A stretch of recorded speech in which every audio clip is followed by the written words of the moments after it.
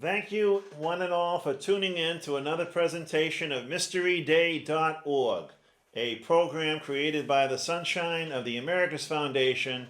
My name is Danny DeGoog. I'm a minister of InterFaith and also other ministries, and I am here today to share with you some beautiful artwork and also to think about the workers in the fields of spirituality that are deeply involved with interfaith, which is a wonderful pastime. We have the Catholic Church, which is deeply engrossed in the encyclicals of meditations, awareness, prayers of interfaith.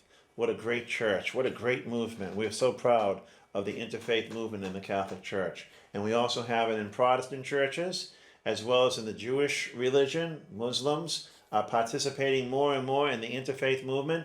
Thousands of Muslims have been ordained by my organization, the Sunshine of the Americas Foundation. So I'm going to show you a picture of our website. Wordofhonor.org is also mysteryday.org. It's one and the same. That's how I created it in the cyberspace. It's dedicated to the first source and center of all life, of all peoples, no matter where they are in this world and on other planets as well. We are a family, a universal family. We're not just a family of Catholics and Jews and a family of Muslims. We are a universal family under a universal being, a divine spirit. And with that in mind, I'm going to bring up on the screen here a new novena we're working on. We had the Novena for Peace going on for a couple of weeks. And now we have a novena of prayers for 9 days to the universal divine spirit for artists and workers of interfaith. And with that in mind, we're going to soon bring to your wonderful eyes some kaleidoscopic images done by some great artists who have been exposed to this experience today for you so that you can experience them in their artistic intelligence. So with that in mind, I'm going to bring up on the screen. Let's see, I'll bring it right up there. Yes, sirree. We'll go to, yes, our educational library. We'll expand this, and we'll begin the show. Let's see what happens here, how this works out. Yes.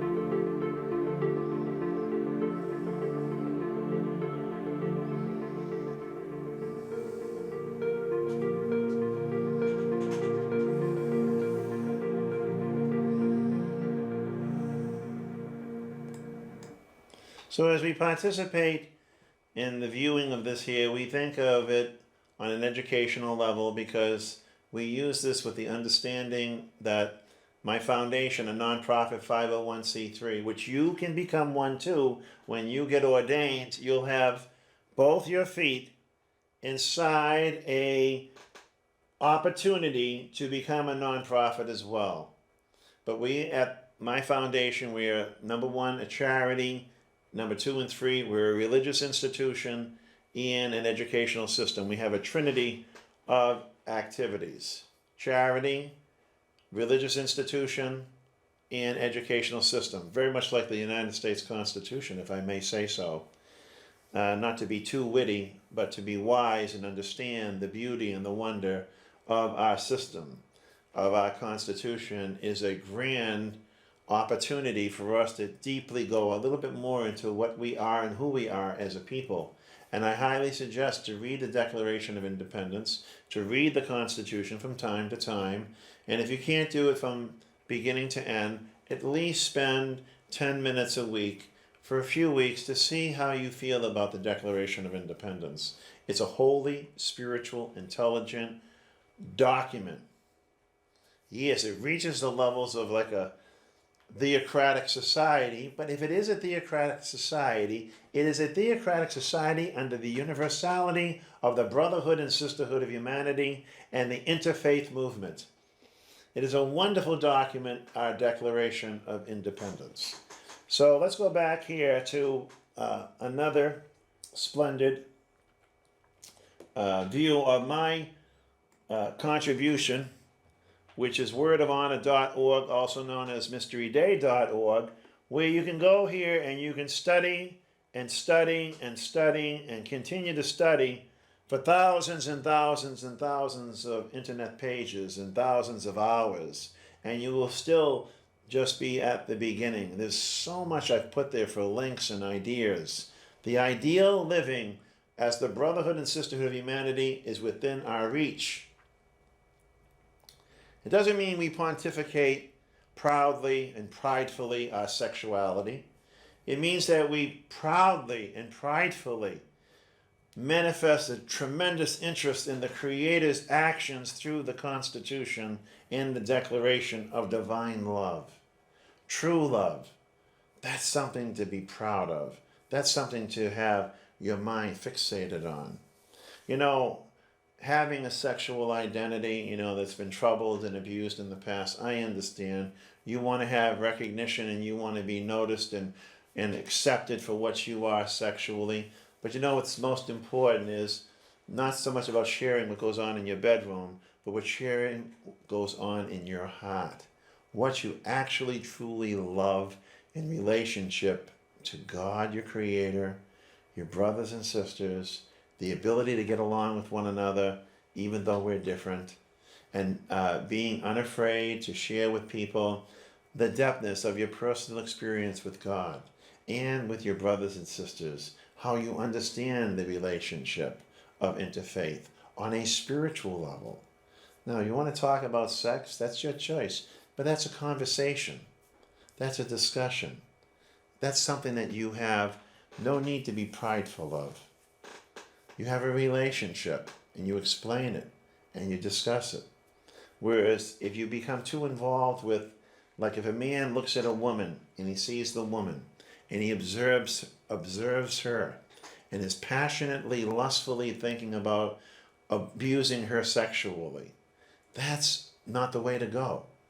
A man's mind towards a woman ought to be free and friendly and courteous and have a respect for her personal reflections in life, her individuality, and appreciate what she could possibly be, rather than manipulating and controlling and seducing. That is not the true identity of man. And neither is it the true identity of man to be looking upon another man with lust in his eyes. You need to develop a true understanding about your relationship with another person. And you need to be wishing well for that person instead of lustfully connecting, covetously connecting to another person for the joy of lust is unacceptable. And today on Sunshine All Around the World, which is a product of my foundation, we're going to talk about how to overcome lust for drugs, lust for power, lust for people to control them. I mean, it's terrible to have that lust inside you. It's important to have love. So what we're going to do, before I do a presentation, about a 5-minute presentation of information, we're going to go back to the wonder of this beautiful presentation of kaleidoscopic images that artists on an interfaith level, I believe, as well as the people who are working in the fields of interfaith, we're going to honor them in thought as we pray and wish them well in this meditation during this prayerful time.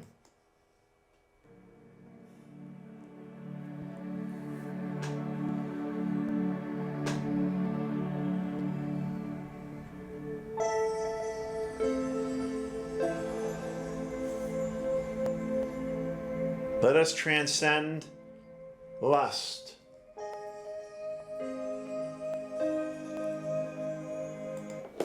You know, it is evil to say there is evil where there is no evil. Like some people may say, oh, this politician or that religious person or that social activist is this and is that and is unstable when there is no where there is no instability. For you to judge and to condemn people for being unstable where there is no instability, that is evil. To say there is no evil, to say like, oh, they can do whatever they well please, you know, they're intoxicated, they're lost on drugs, they're lost in lust, they're lost in a liberty or liberties that have confused their lives and ruined their families. For you to judge that and say, I don't see anything wrong with that. For you to judge that, that's also a form of evil. We need to be involved peacefully, tactfully.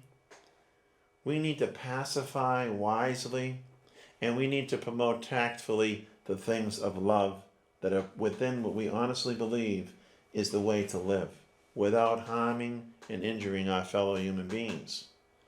But they may feel upset with you. They may even hate you. They may even spit on you. They may even crucify you for what I've been telling you to do as interfaith ministers.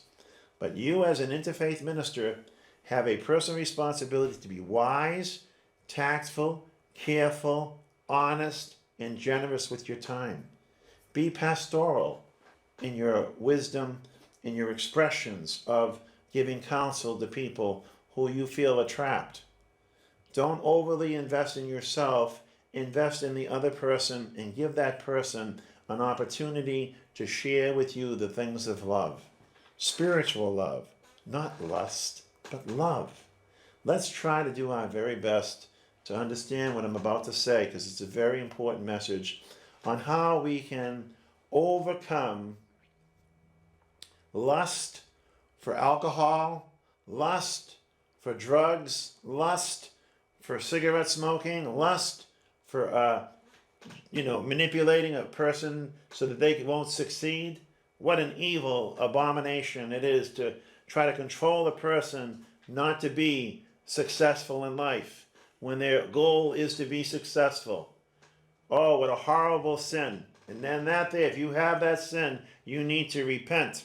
And you need to change your ways, and you need to find the things that bring you closer to God's holy will.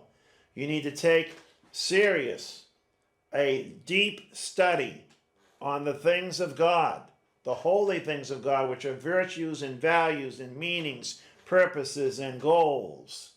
You want that person in your family or a relative, some relative or family associate or a business associate to succeed when they are just simply doing good and they're innocent. Do not put a stumbling block in front of one of these people. Do not do it. So with that in mind, we're going to now present something that's going to take about 3 to 5 minutes. It's a presentation of understanding how you can eliminate depression, how you can eliminate hatred from your life and maybe from someone else's life, depending upon how receptive they are.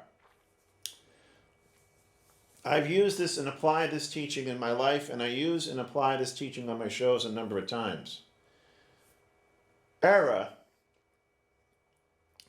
meaning a mistake, does not exist in the principle of spelling, nor does it exist in the principle of mathematical ideas. No matter how humble and simple the mathematical idea is, no matter how complex the formula is, perfection exists in the principle of mathematics, but it does not exist, the error. The error does not exist in the principle, only truth. So when a kid says 2 and 2 is 4, quite simple, we know that that's existing within the principle of mathematics. When someone says something erroneous, like 2 and 2 is 29, that error has no place and no relationship in the mind realities, the metaphysics of mathematical principles. The error pretends to exist. The teacher knows the answer is 4, but the student is thinking 2 and 2 is 29, so it's a delusion or an illusion. It's a non-existent principle. It can still be said, yes, it does exist on some level, but on another level, it does not exist. It will never exist on that pure level of honesty and accuracy. So what's the principle do for you in your understanding of life? Well, in racism, for example, racism does not exist in the principle of holy love. Love is a principle. Love is a living, vibrant principle. And we don't understand how it's existing. Just like you never could understand the incipiency of your birth at the time of sperm and egg connecting respectfully in your mother's womb, your mother's body. But yet it exists. Someday you may be able to comprehend it to some degree, and then to a higher degree. But it's a mystery in itself. And so love, we have love present throughout the universe of universes. We have love present within every being of intelligence and goodness throughout a far-flung master universe. Throughout this far-flung master universe, we have a planet called Earth. And on this planet Earth, we have the civilizations that are existing. And we have complicated problems like racism. Racism is an absolute dumbbell mistake that has no principle in the presence of love. Also, like if you are jealous of your neighbor, you say, gee, I hate my neighbor because she's got such nice clothes, or she's got plenty of money, or she's good looking. Listen, that jealousy, that hatred does not exist in the principle of life. In the divine principles of life, your error is condemned. It has no reality in the principle of true living. It's phony, it's fake, it's a lie, it's deceptive, and you can just wash all of that outside of yourself. You can just push it all out, and you can rid your mind and your soul of the errors of jealousy and hatred that comes with jealousy. You need to let go of that painful presence and wash yourself in the baptism that Jesus Christ has taught. Jesus Christ taught baptism on the level that I'm teaching it today. He taught it on the level of love. We don't hear all his words, but I believe there were times when he spoke that when you put yourself in the river and you wash yourself and you make yourself, your hair, your skin, nice and clean at the stream, at the well, you wash yourself. All that scum, slime, and spit on your body is gone. You make yourself clean and respectable. You make yourself look beautiful in a clean way.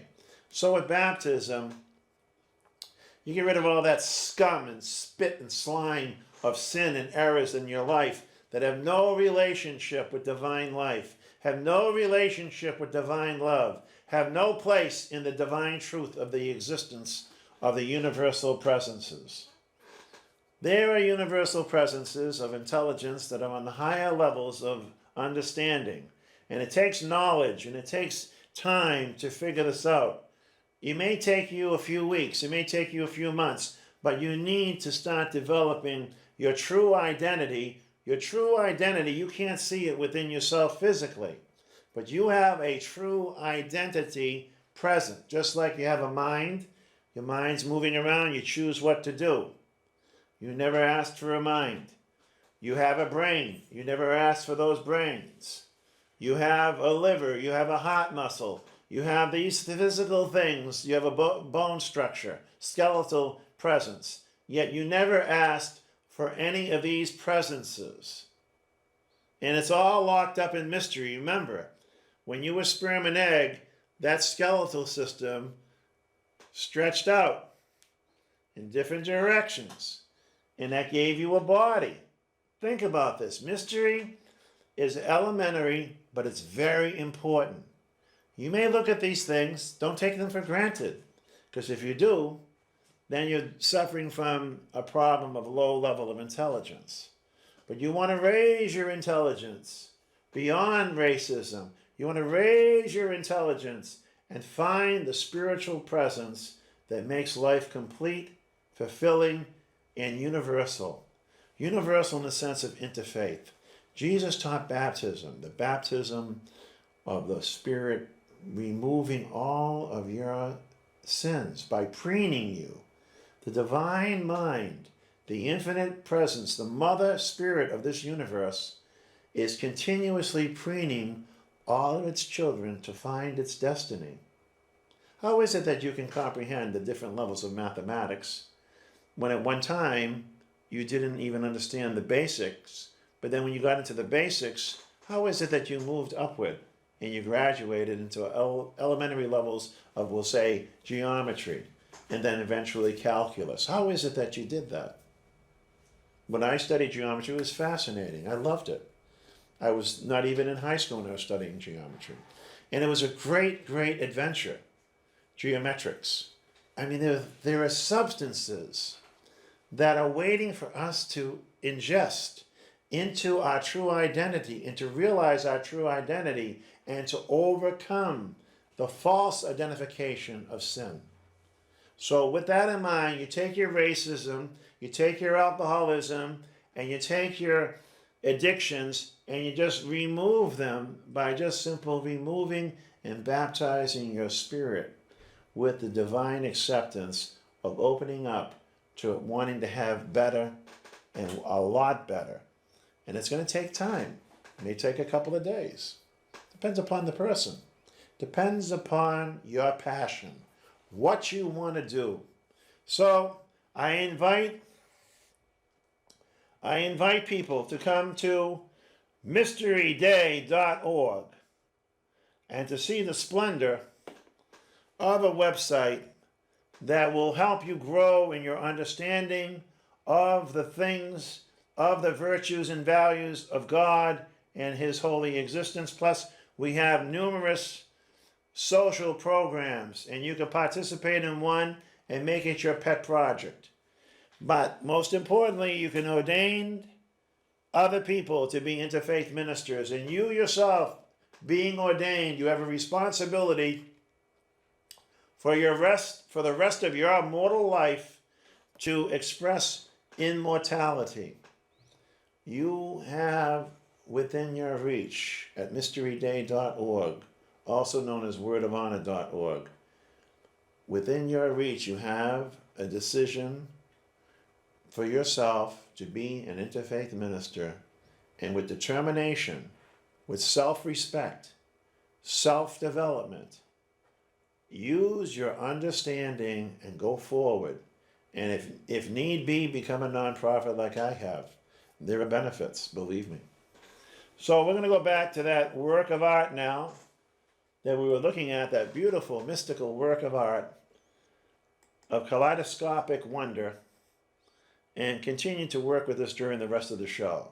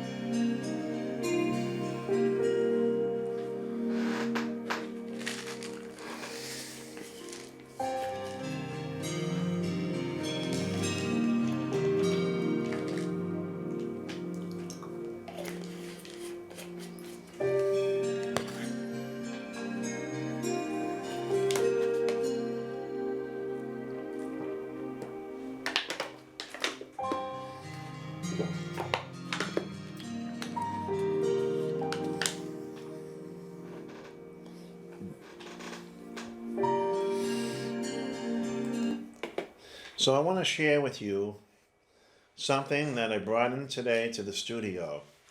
And it is an all-natural wonder You can research it and find out for yourself whether or not this is something that you think would be good for your life. Now, this is the physical life. We've been talking about spirit. This is called EDTA. EDTA. It is an acronym for a scientific expression of chemical associations that are all natural, that are made, and sometimes they can be made organically. And what it does, they've studied this, what it does, it goes into the arteries. Now you have to make a decision. I'm not telling you to take this, but if you want to take it, it goes into your arteries and removes all of the excess presences of heavy metals. Gets rid of all that junk out of your arteries around your heart, and there's a couple of arteries that go to your brain, and you want to clean that brain out. You want to make sure that you have the elements of purity inside as well as outside. And inside could be something very deep and spiritual, and outside could be also spiritual. But physically, we do the inside and we do the outside. We do the purification of the skin. We bless our skin with organic coconut oil. We bless our insides. Perhaps if you feel a need to do this, to clean out your arteries, research it. I'm not telling you to take it. You got to be careful what you say. Even if you're a doctor, you got to be careful what you're saying. Research EDTA. That's E as in energy, D as in divine, T as in truth, A as in always. So my name is Reverend Danny DeGood. I'm so glad you tuned in today to my television show that's shown worldwide. CCTV, we're grateful for that organization, Cambridge Community TV, the #1 community cable access station in the nation for many years, and we thank Susan Fleischman, our president. Thank you for tuning in. All blessings to you.